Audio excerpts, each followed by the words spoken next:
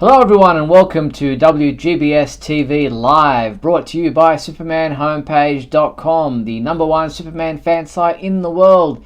In this, our December 10th, 2019 show, we're going to be talking about Crisis on Infinite Earths. I doubt we'll get to much else, but we'll try. We'll also be turning to you to take your questions and comments about the episodes and anything else you'd like to discuss. And to let you know how all that works, let me introduce you to, I imagine, a very happy Mr. Michael Bailey. Hey, Mike.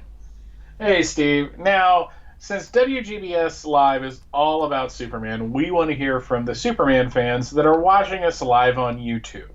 And so about halfway through the show, and if we don't have too much on the docket, which tonight, going to be completely honest, there's a lot to unpack about what has happened over the past 3 nights, we'll try to take your calls. To do that, you're going to need Skype. Get on Skype, find Superman homepage, and message us that you'd like to be part of the show. Now, 2 things. 1, message us. Don't just call, because that screws things up. 2, and I think more importantly, if you have an external speaker, and that's how you're listening to us, please turn that off, because we're on a delay, and that will kind of screw everything up. Yes, indeed. So that's the way you get involved in tonight's show. And for those tuning in via YouTube, watch the show live. We invite you to join in with fellow watchers and post your comments and ask questions on the YouTube comments there. And Michael and I will react to them as the show goes on and respond to them as necessary. And a huge thank you to our sponsor and patrons, Douglas Meacham and John Patrick Van Pelt. We appreciate your support. And if you want to sponsor the Superman homepage, please head to patreon.com/Superman homepage, where you can sponsor the site for as little as $1. Well, Michael, it's been an interesting couple of nights. We will get to Crisis on Infinite Earths in a second. I want to tackle the movie stuff first, because we've had a few little tidbits that have happened this week, which we'll kind of power through pretty quickly, because I imagine we want to really get to the Crisis stuff. But Henry Cavill's been doing the rounds with his press tour for The Witcher, the new Netflix series, which is available now. And he obviously gets asked about Superman. And we spoke about last week some of the comments he made about the cape still being in his closet and that the role's still very much his. Here's another interview in which he spoke about whether or not that's still the case and where things are at. Let's have a look at what he had to say right here. Can you envision any situation where you would come back to that role, or has the door closed and you've moved on and they've moved on? Door hasn't closed. I'll leave it at that.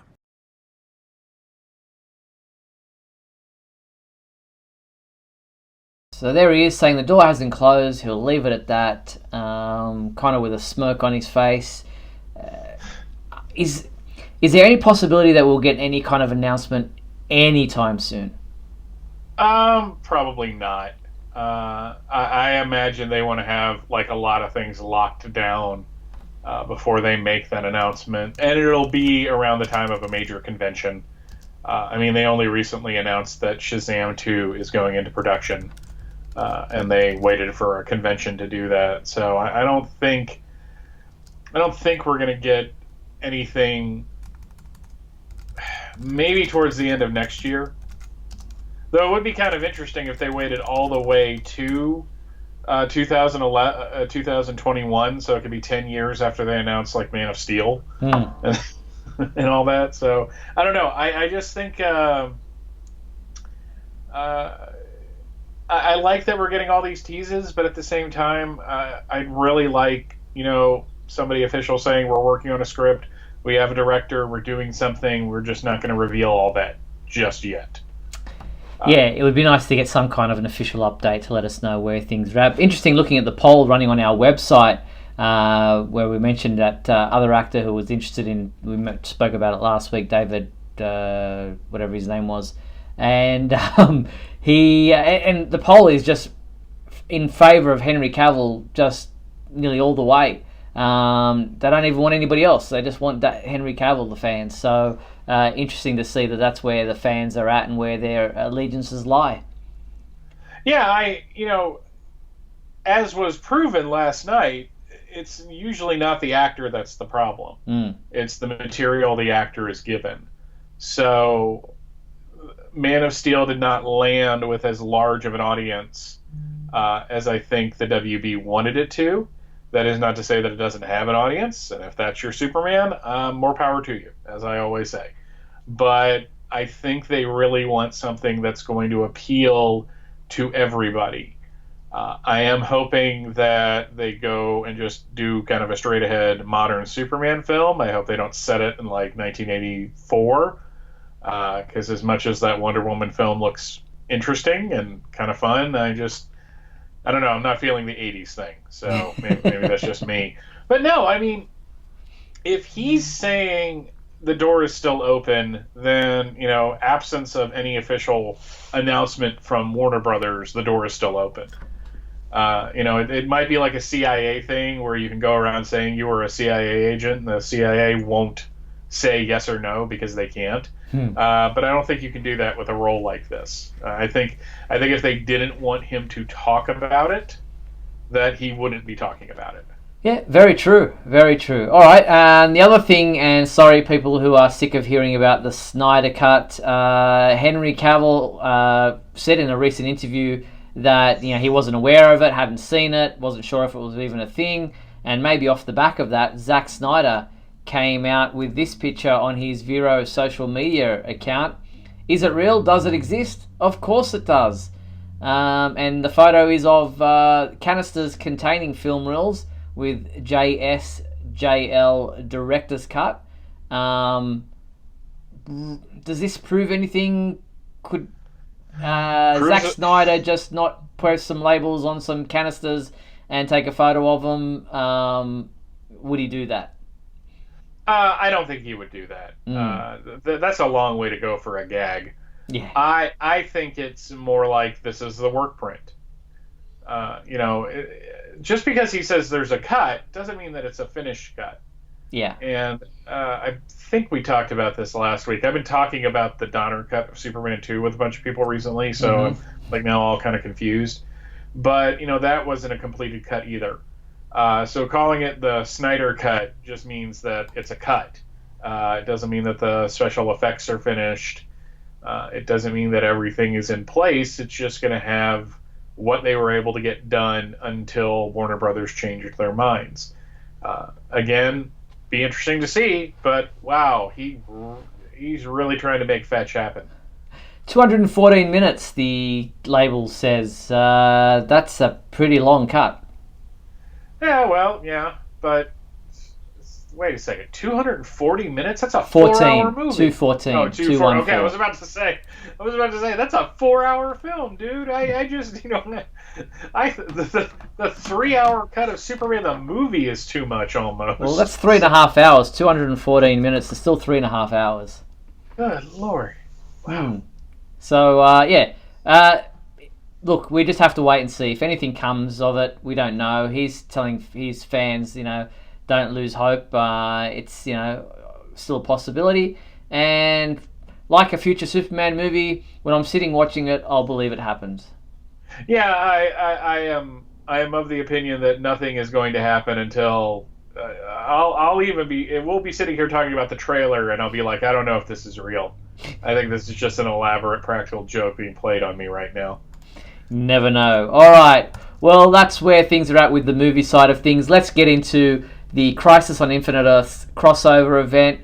The first 3 parts have aired there on the East Coast of America. The West Coast will be tuning in as soon as this show is done tonight, our show.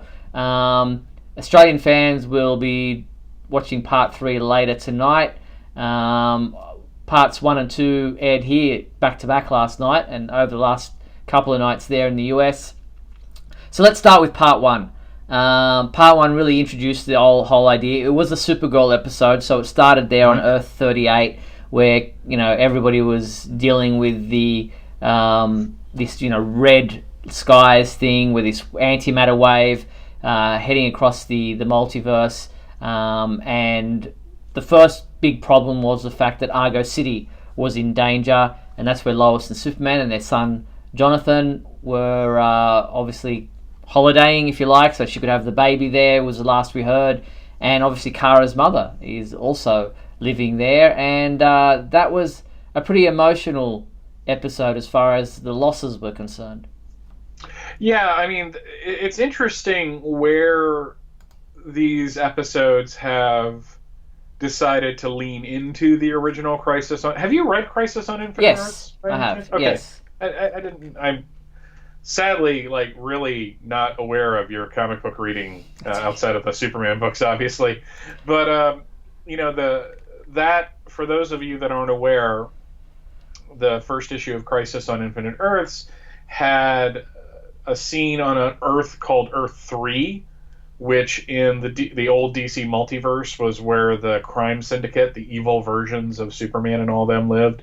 And in a kind of like mirroring of Jor-El and Lara sending baby Kal-El off, the Lex Luthor of that world, who was the only hero, and his Lois Lane sent their son to Earth 1 to get away from the destruction of Earth 3. So the fact that they kind of did that here, not only mirroring Superman the movie right now to the dialogue, which Mark Guggenheim was talking about in one of the after shows, but also it kind of mirrored that. So it's a reference of a reference that's a reference. I'm kind of fascinated by this, and I'm surprised a wormhole didn't like open up and suck us all into it. But no, it was fun. We had some cute little scene with Lois and Clark, you know, dealing with a dirty diaper. They are leaning into this kid thing, which I'm happy with. We got to see a little bit of Allura, which was also nice. It was kind of cool watching, you know, two Lois Lanes on screen together. Is always kind of fun because you don't see that a whole lot, really. Even in I think the only other time that we saw two Lois Lanes on screen together must have been Lois and Clark, when Phyllis Coates played her mother. Well, technically, in Superman the movie, the extended version, you've got Noel Neal on the train with young Lois. Yeah, that's yeah. Okay, I'll give you that on a technicality. It wasn't Margot Kidder, but you know, whatever. That's right. But it was. You know, it was a good way to begin things because suddenly the stakes, you realize what the stakes are. And the fact that they just obliterate Argo is just like, wow, that's horrific. I mean, and apparently Argo had like 4 billion people on it, according to the after show. What the? Like, could 4 billion people fit on that rock? How big is Argo? Well, what's a normal city? How many people are in a city? I mean, millions, not billions. Yeah, that's what I would have thought. There's only 7 billion people on the Earth. Only 7 billion people. There's 7 billion people on the Earth. So I don't know. Yeah, that's. I mean, Krypton was pretty big. We don't know how big compared to Earth, but it's a number they threw out there, and they're usually pretty good with their numbers and their little kind of attentions to detail. But that seemed like excessive. Yeah, I mean, to be fair, like how many trillions of lives were lost over the course of the 3 nights with all these Earths dying and dying and dying. It was cool to see how, with the exception of Batwoman, they've really pulled in the extended casts of these of the shows. For the crossover for this particular crossover. Yeah. You've got obviously you had like the entire DEO cast was there. Lena was there. Kelly was there with Guardian Shield for some reason. Nia was there. Brothers. Directing Traffic. That was actually my only real kind of I didn't have a problem with any of these episodes. I have been on an emotional high for about 3 days, especially yesterday. I must have watched certain scenes on my DVR like 5 times after they aired as I was writing the review. But my only real problem is, wow, they treated evacuating the entire population of Earth like they were getting a city to evacuate. Yeah, it's pretty. Like this is everybody, y'all, and not everybody made it out. Fair, but it was just like, it just seemed really weird how it, like, the pacing of this story is, no pun intended, super fast because they got a lot of ground to cover and they only have 43 minutes an episode. They say it's a 5-hour event. It's really not. On the other hand, I'm really happy with it. It was really great seeing Tyler and Elizabeth Tulloch back as Superman and Lois. I really liked the scene between Kara and Superman, where he was having kind of a bit of a crisis of faith. Really, just it was all coming down on him, and it was Kara that kind of pulled him up. Now I know some people will probably be upset with that. I don't think this is one of those instances where they're trying to build Kara up over Superman. I thought it was a very real moment for him. Plus, if you want a Superman just acting all Superman-y, just wait till the second. Oh, okay, yes.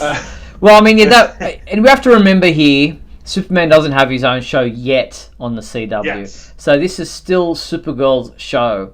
So, yes, she's going to be the one giving the pep talk, if you like, to him. Yes, she just lost her mother, so she could also be down and out for the count. But, his newborn son, which is a very emotional thing to be, dealing with, not knowing if you've made her where he is, can be very worrying for a new parent. So I can understand that, and I can kind of forgive that. It wasn't as bad as what we've seen previously with Supergirl and Superman, where he's just really kowtowed to her, you're so much better, the world needs you, they don't, that kind of stuff, where this wasn't that severe. Yeah, I even think the scene later on where his heat vision gave out before hers could be chalked up to the fact that he's been on Argo. Yeah. For an extended period of time, so he's not as charged up on Yellow Sun. You could have argued that he's not as charged because they don't get their powers like that under Yellow Sun. It seems like to take a minute. Yeah. So the fact that he was doing what he was doing was actually kind of impressive, amazing, and I really like the action on these episodes has been amazing. Like the fight with the Shadow Demons was very well done. Now, with that, Oliver Queen's sacrifice, if you like, the couple of seconds that he gave more people somehow, because he just stood there on the roof a little bit longer to survive, was pretty heroic. I'm guessing, he's still one of the big three. Got Arrow, The Flash, and Supergirl being their main shows. Yep. Now Batwoman's there as well. So they've obviously, in a situation like this where you've got Supergirl's got superpowers, you've got the Flash got superpowers, Batwoman's got things to do still. What are you doing with Arrow? His show's coming to an end. You've got to do something there to make him an heroic figure. And I think it was pretty impressive what they did there. A lot of fans saying, I didn't like it. They did it really early, first episode or the beginning of the second episode. That story is still ongoing. The whole, trying to revive him thing is a secondary plot, if you like, for those characters dealing with that. Yeah, when that happened and he had his death scene, I was just like, this is the best time to do this. Because it throws off your expectations. Like you're expecting him to die like at the end in a grand heroic gesture. But if you kill him off at the end of part 2, it's just like, oh, okay, where's this going now? I'm suddenly not guessing. To quote the Monitor, things have changed within the Book of Destiny, and I now not know what's going to happen. So it's just, I really liked. I've been following Arrow this season. This is the first time I've actually tried to watch it on a regular basis. I have really enjoyed what I've seen. It's been a really nice, long goodbye. So to have him, and he is. Of this particular universe, he is the first. Yes. He is the, kind of the genesis point. All of these shows spill out of him. Yep. So, attention has to be paid to that. Yeah, for and sure. I think they did a really good job with it. Now, John in the comments is asking why Barry is still alive. Well, the whole thing with Barry's The Flash thing is Barry's supposed to die in the crisis. The crisis is still happening. Didn't say he was going to die at the very beginning but what we do know is that what Oliver's sacrifice, Oliver changing things, has changed what the Monitor thought was going to happen, and now all bets are off in some ways. So I don't think we should talk about part 3 this week. We can do that next week for our 2019 wrap-up episode, because something happens in that plays with what's going on with the Flash. Oh, okay. Amethyst is kind of giving away what's going on there about Barry in part 3. So look, let's just kind of put this clear. There are going to be spoilers here tonight. 1, if you haven't watched any episodes. 2, if you haven't watched part 3, because of the fact that part 3 is only just aired as we go live here now on the east coast of the US. The west coast have yet to see it. Australia and other places have yet to see it. I'm hearing the people in the UK who don't even have Batwoman yet are going to miss out on part 2 of the crisis because they don't have the rights to it. Apparently you can buy it through like iTunes. Okay. But then you have to buy it. Yes. So you have to make a financial... So look, we're just up front here. There are going to be spoilers. Okay, I haven't watched part 3. Michael has. Something's happening to Barry, obviously, in part 3. There must be a death there from what I'm guessing, just by the look on your face and what some of the comments are. So there are ramifications, even in part 4 and 5, that we don't know of yet. So it's hard to talk about why hasn't the character done this when we haven't had the full story yet. Yeah, I just didn't want to go into it too much because, 1, it gives us something to talk about next week. Sure. Okay. Well, let's... Yeah. And I think that though people are talking about it in the comments, the people watching the video later don't have to read the comments, basically. True. It's not a requirement. Well, let's then jump into episode 2 of Crisis on Infinite Earths, which was the Batwoman part of the episode, and very much a Superman heavy episode. Let's jump straight into the Smallville side of things. This has been a massive talking point across social media. Wait, Steve. Are you telling me that Smallville fans are opinionated and have strong feelings about something involving the show? How dare you, sir? Oh, I know. It's they've just come out of the woodwork with, it's just not something we're used to with Smallville fans whatsoever. I'm shocked. Yeah, exactly. Well, surprised we're not in a flash chat on the Superman homepage from 20 years ago. So Lex has got this the book of, what is it called? The Book of Destiny. Book of Destiny. Or as John Cryer joked on Twitter, because the prop is so heavy, the Book of Density. So he's snatched it away. He's going throughout the multiverse to kill every possible Superman that he can find, because he knows one of them is supposed to be this seventh. What are they calling him? Paragon. That's right. One of the seven that'll save the multiverse, and so he's going through the whole multiverse as quick as he can to kill as many Supermen as he can for his own agenda. And he appears on Earth 176, is it? Or 167? Earth 167. Yeah, now, which I believe is either, I don't know, you might have a different view on this. Al Gough, one of the co-creators of Smallville, was born in 1967, so I'm hearing that might be a tribute to him, but that seems a stretch. I failed this city. I had to Google that. And Earth 167 in the multiverse, as designated, is a reference to World's Finest number 167, which was an imaginary tale where Clark Kent and Lex Luthor become Superman and Batman. That makes more sense. Backing up really quick to Earth 75. Oh yes. Which was brilliant, by the way.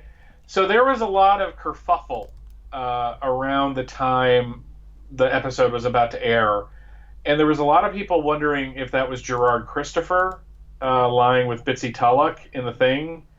No, it was Tyler Hoechlin, stuntman. Yeah, it's a double. Yeah, it's not Tyler Hoechlin. It's not. It would have been neat if it was like Gerard Christopher or John James Newton or something like that, but they're not going to refit a costume like that. But it was on Earth number 75, which I thought it would be Earth 92 because it was 1992. But yeah, so apparently that's his stunt double. Okay, and that's referencing Superman number 75, where Superman Yes. died, and that image is very well represented. As you can see, the above image here is what we saw on the TV, and the image below is taken from Superman number 75 and was then replicated as a variant cover and trade paperback cover as well for the death of Superman. Mm-hmm. So a really nice attention to detail, the knee up, the way Superman's lying with his arm, and the flag and everything. The flag, the cape hanging like a flag there in the background. Yep. So really great attention to detail. That was on Earth 75, which, as you mentioned, Lex Luthor had gotten to and killed that version of Superman. That seemed pretty easy. And then he ends up on Earth 167, which is Smallville Earth, and Tom Welling is there chopping wood, and Clark, Lois, and Iris Allen West appear to see if this is one of the Paragon, the Superman that they're saying has undergone so much loss and tragedy in his life, and Lex whisks them away, sends them back to their ship, and then appears with some green kryptonite in an attempt to kill this version of Clark Kent. But doesn't work on him because Clark is no longer super. He has given up his powers, I'm guessing, through gold kryptonite? Probably something or like the that. Fortress of Solitude? Yeah, it's... So, I was a little disappointed that there wasn't more interaction between the two Clarks. I did think it was funny that Lois was kind of impressed with his physique, because holy crap, Tom Welling was a mountain of a man in this scene. Wow.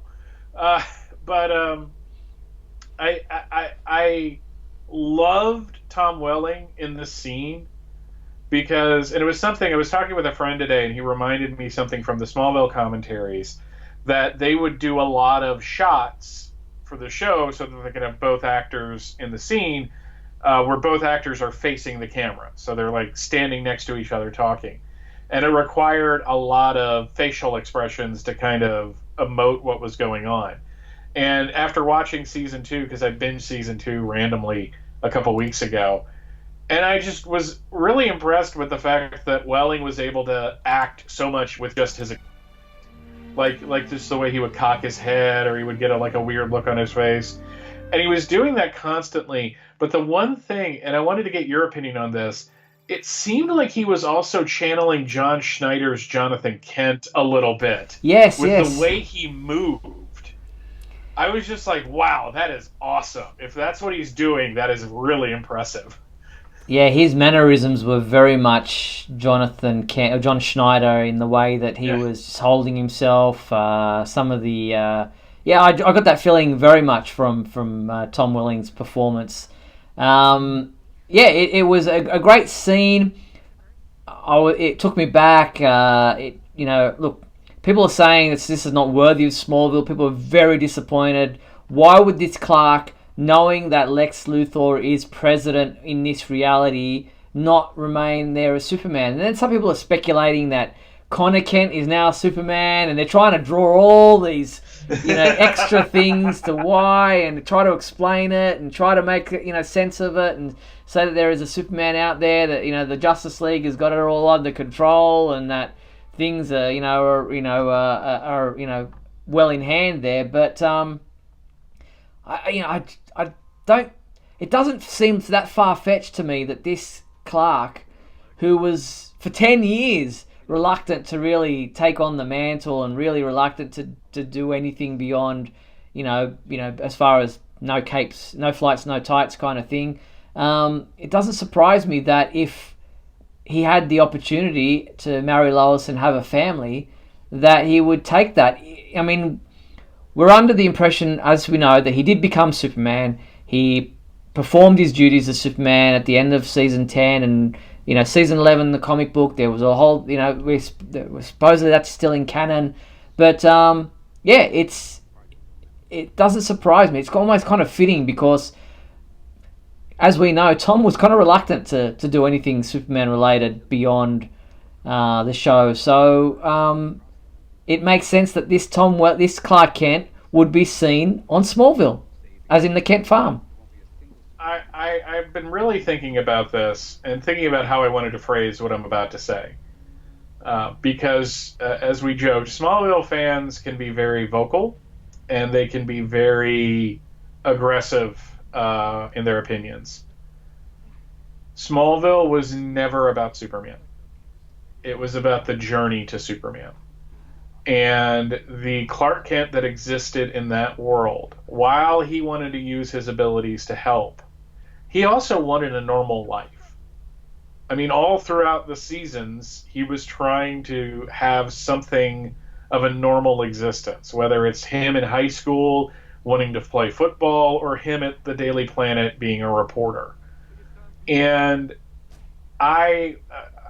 people disagree, obviously. I think this is a perfectly rational way for this Clark to go out. I mean, it's just, you're putting Superman and Clark Kent on a pedestal that I don't think is good for a story. Last week we were talking about, do we want to be inspired by Superman? What do we want?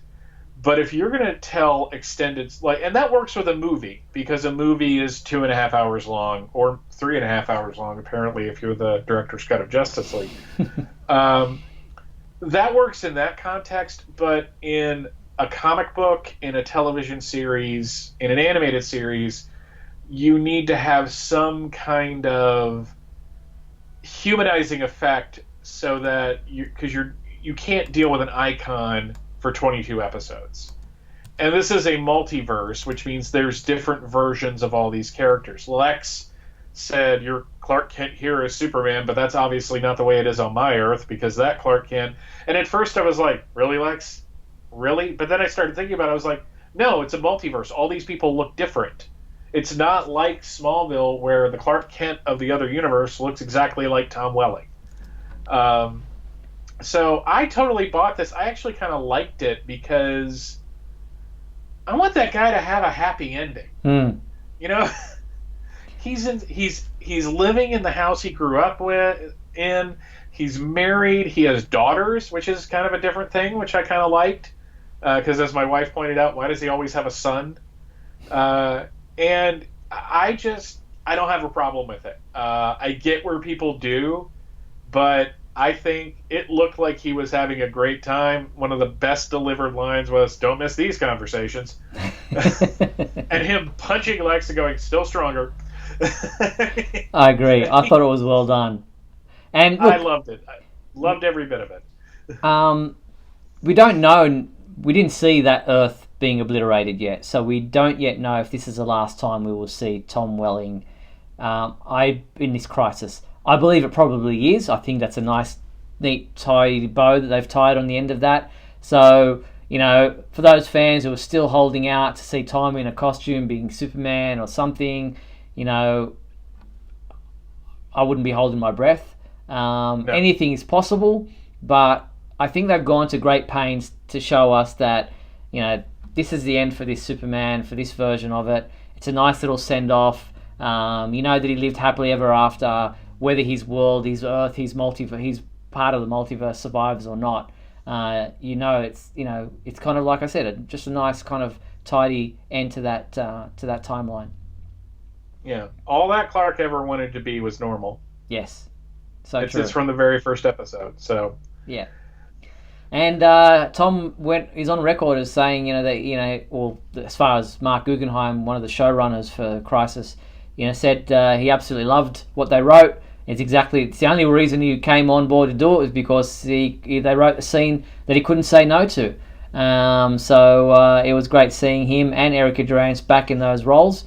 And now we move on to the other Superman who appeared in this episode, and that was Brandon Routh, back playing the Man of Steel. playing a Kingdom Come Superman, playing the Superman Returns Christopher Reeve Superman in a timeline later down the road where things have gone crazy. He's lost his wife, he's lost Perry, Jimmy, and all his colleagues of the Daily Planet. Ron Troop we saw there. There's Lacey Warfield. Yes. Some real tips of the hat to previous versions of the character. There was even with Lacey's name in there, and his mention of having fought himself before. Superman 3 and Superman 4 are back in canon. It's all canon now. You can't stop it, fanboys. They made it so. So here's the funny thing. Routh was still kind of playing a Christopher Reeve-like Superman. Mm-hmm. I don't think he can help it. Honestly, don't. How effortless he was. Like bumping into them and having the moment with Lois as Clark and the nice glasses and them constantly keeping Tyler a little bit away from him so you don't see really the height difference or the fact that Brandon Routh was just massive in that suit. But I swore, and I could be wrong about this, maybe I misread it on Twitter, I swore that Guggenheim said that they weren't going to use the Williams music. And so when I heard it, I'm like, was he lying or did I misread that? Either way, I'm really happy right now. It was really... There was a lot of emotion in this scene. I think, within a very small amount of time, you get to see Superman's loss. And all of the people that died. But at the same time, there's just this eternal optimism about him. Like when she says, I know this is going to sound crazy, but we need you to come to another universe and be the paragon of, and a champion. And he's just like, that's not the craziest thing I've ever heard. Was I disappointed there wasn't a shirt rip? Yes. Very much so. But, you can't have everything. Yeah, I was really impressed with Brandon Routh as this version of Superman. Hearing the music throughout was fantastic. Yeah, Lex appears after the scene we just saw, and somehow with the Book of Destiny can brainwashes Superman, Brandon Routh's Superman, to take on Tyler Hoechlin's version of Superman, and they have this massive fight, which really kind of tips the hat. Yes. Steve, the stream is apparently unavailable. Oh.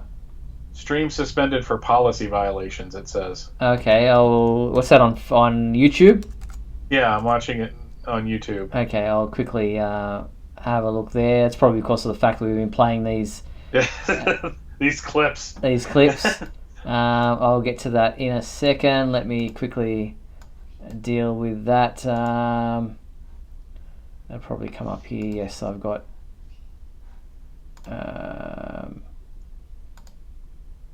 I've got no notifications there. So, all right. Well, if that's the case, I'm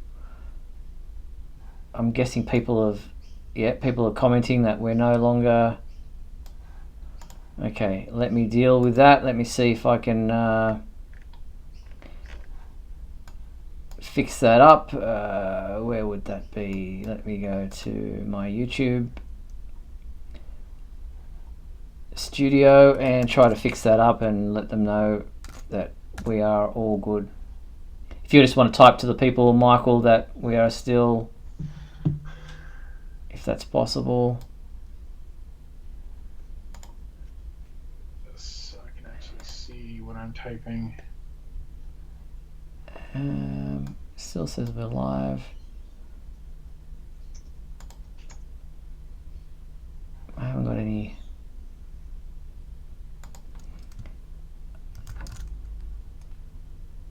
Okay, so it says we've vanished, so we're just trying to get things back up.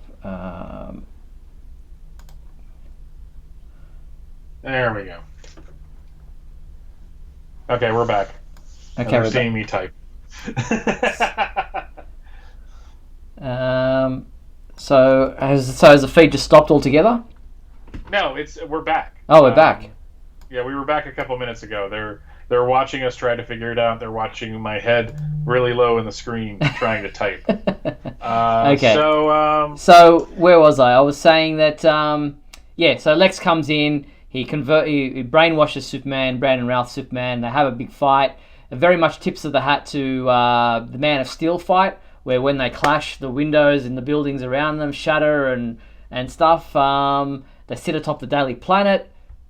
A pretty cool fight. Some of the special effects were a little bit, not that crisp or not that well done, but you know what? It was still fun.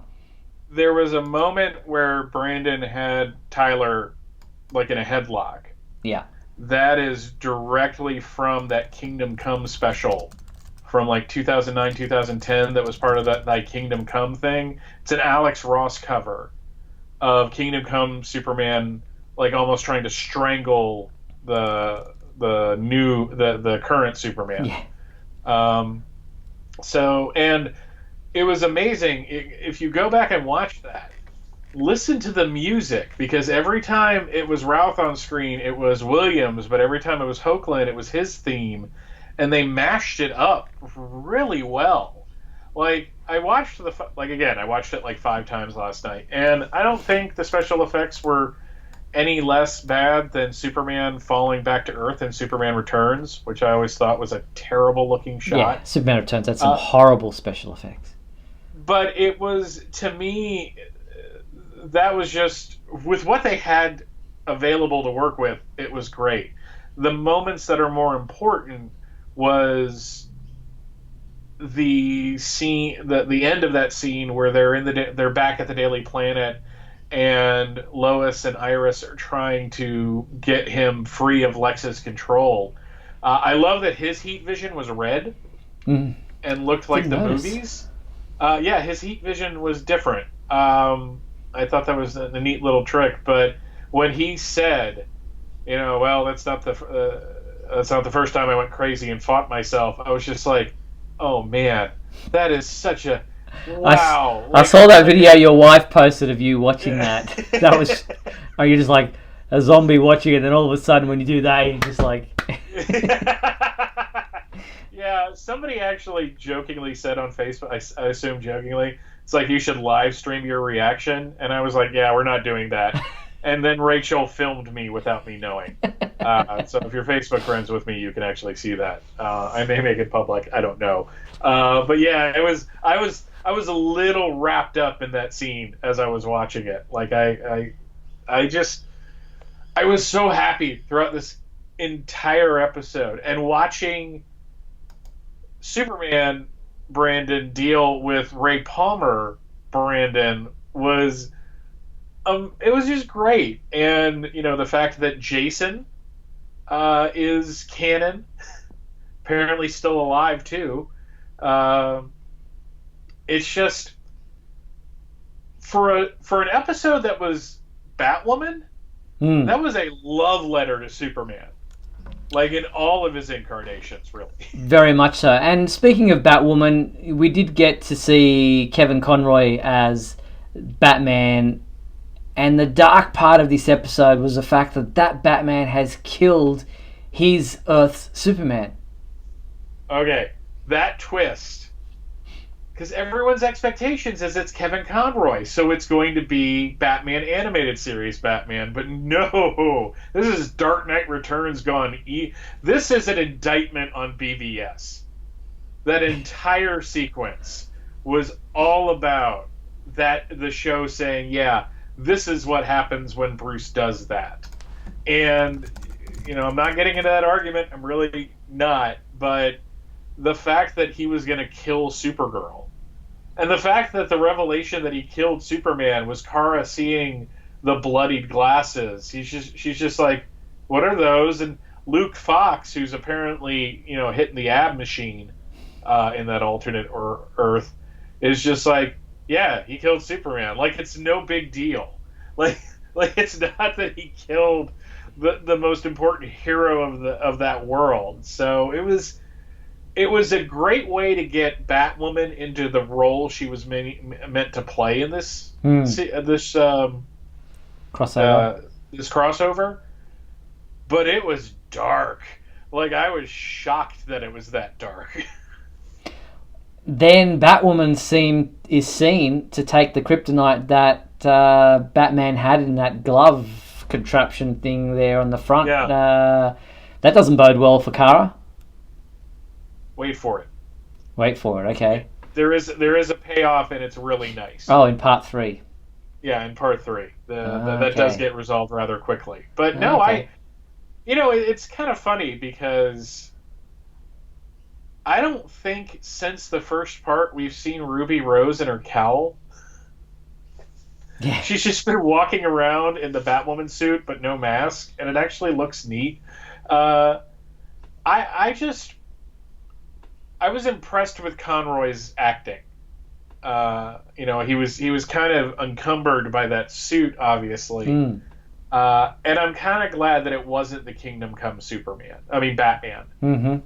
Because that Batman kind of comes out on the other side of it. This was a Bruce that just went crazy. And he's just talking about killing his adversaries like you do it once and then you do it again. And it's just like, okay, Kate, you need to back out of the room slowly. Don't make any sudden movements because I think his vision is based on movement, so you don't really want to do that. He's like a velociraptor. Was it just me, or did you find his Batman voice more impressive when he wasn't on screen, when you were looking at somebody else? Yeah. It's funny because you're so used to just hearing the voice because most of his work is animated. Hearing him talk like it, there is a little disconnect because he's a big dude, but he's not like, Ben Affleck as Bruce Wayne, right? He's tall, but he's thinner, I guess is the best way to say it. It looks like he's in good shape. But yeah, it was weird. It seemed like when he was talking, he was having trouble. And I'm wondering if that was something he did as an acting choice to kind of show that he's, one, not mentally well, and two, not physically well either. Because he's in that exoskeleton. Yeah, good point. Well, as we said, part 3 airs tonight. You've watched it. It's about to start in the US in 10 minutes' time. A couple of hours here in Australia. Let's have a look at the promo trailer that aired at the end of that for parts 4 and 5. We'll check that out right now. If I can find it. Here we go. You're in the Speed Force, Barry. Oliver.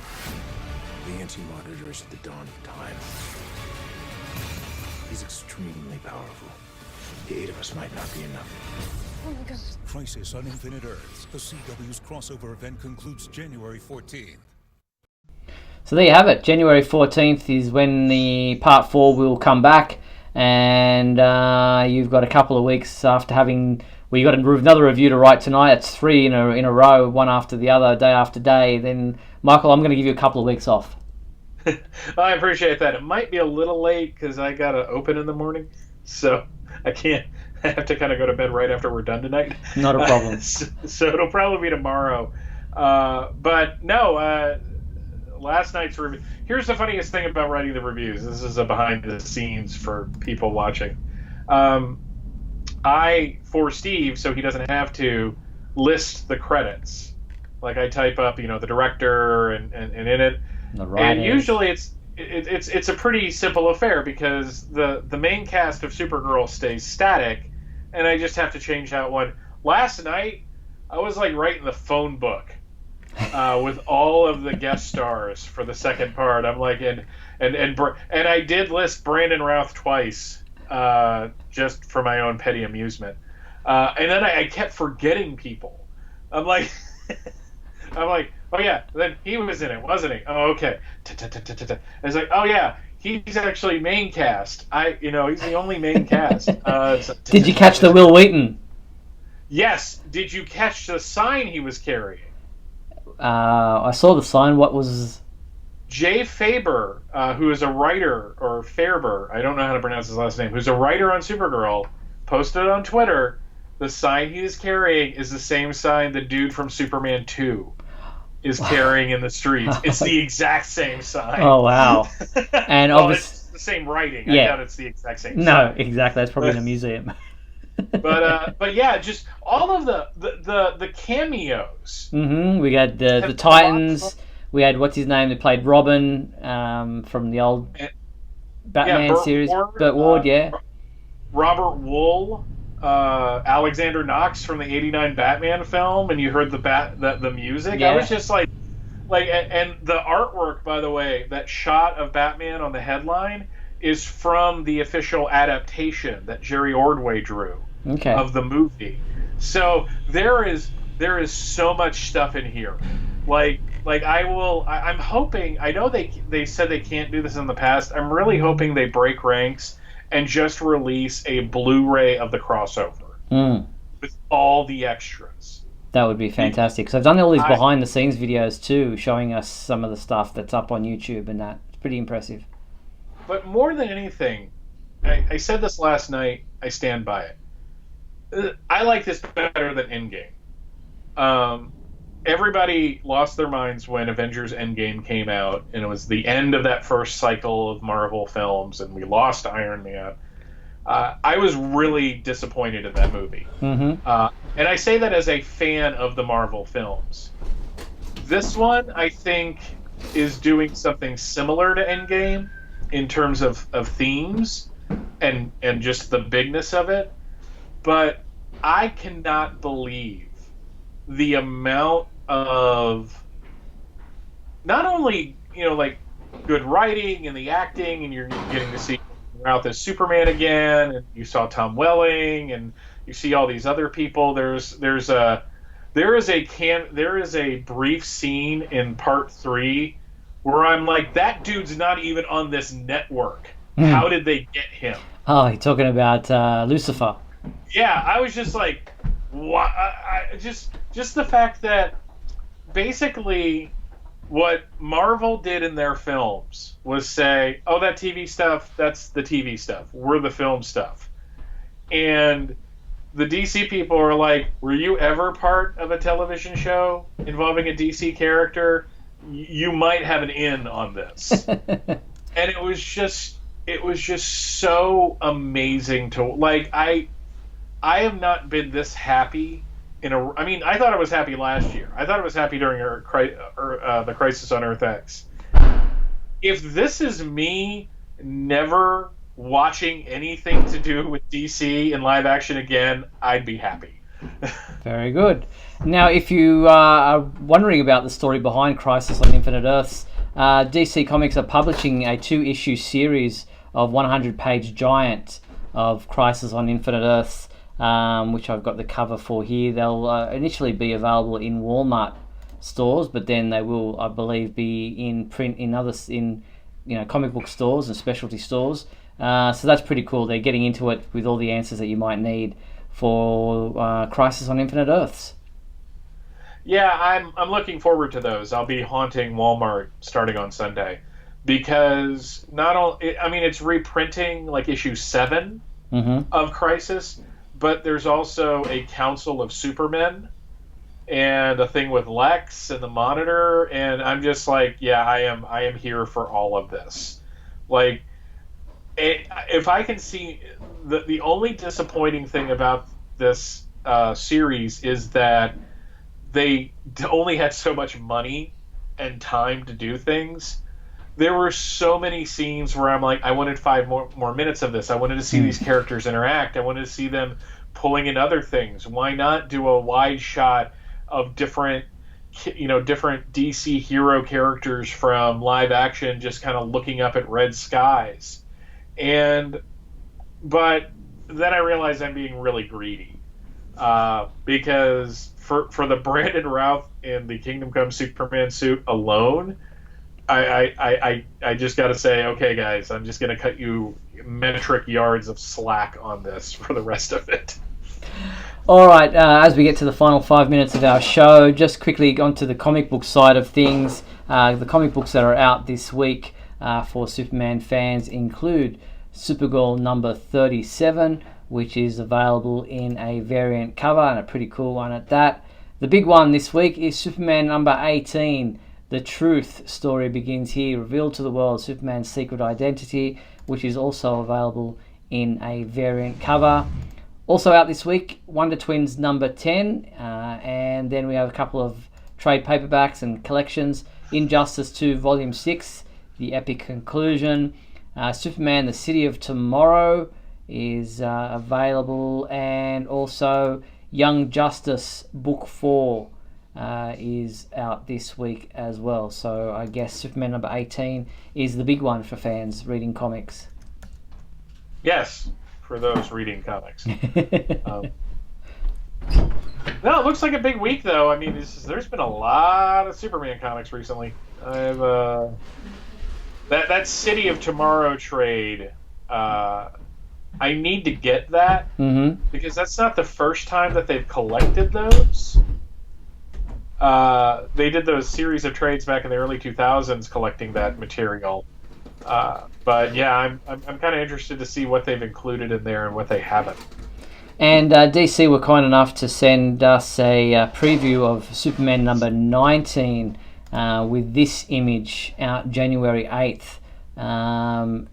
That looks very interesting. I don't know what's happening there, but Superman number 19 has this great Ivan Rice cover, but yeah, something to do with the Daily Planet destruction in that. So looking ahead to that next month, but we'll read number 18 this week. Yeah, I hope everyone has a good time with it. Yeah. Now, that pretty much brings us to the end of tonight's program. Before we sign off, reminder again, you've only got a couple of days to get involved in the 2019 Shield Awards. That's the big banner at the top of the website. You'll also notice that we've got our Christmas theme up for the festive season. And also check out a couple of tribute videos that were posted on our website this week, which got a lot of attention. But that brings us to the end of tonight's show. Next week will be our final program for 2019. So we will do the big question and super secret soundbite next week. But for now, thanks to everyone who tuned in live via our YouTube channel. Sorry for that kind of mix up there with the copyright thing there in the middle. But thank you for your participation in tonight's program, and thank you to you, my co-host, Mr. Michael Bailey. Pleasure as always, Steve. Now, the complete 1 hour video of tonight's show will remain available on the Superman homepage, website, and our YouTube channel if you'd like to watch it back or perhaps miss part of the show. But we'll be back next week on Tuesday, December 17th at 7:30 p.m. Pacific Time for another edition of WGBS TV Live. Look forward to talking with you then. Until then, be sure to check out supermanhomepage.com for all your updates on everything surrounding the Man of Steel. I'm Steve Yunus. On behalf of myself and Michael Bailey, thanks for watching WGBS TV Live, brought to you by Superman Homepage.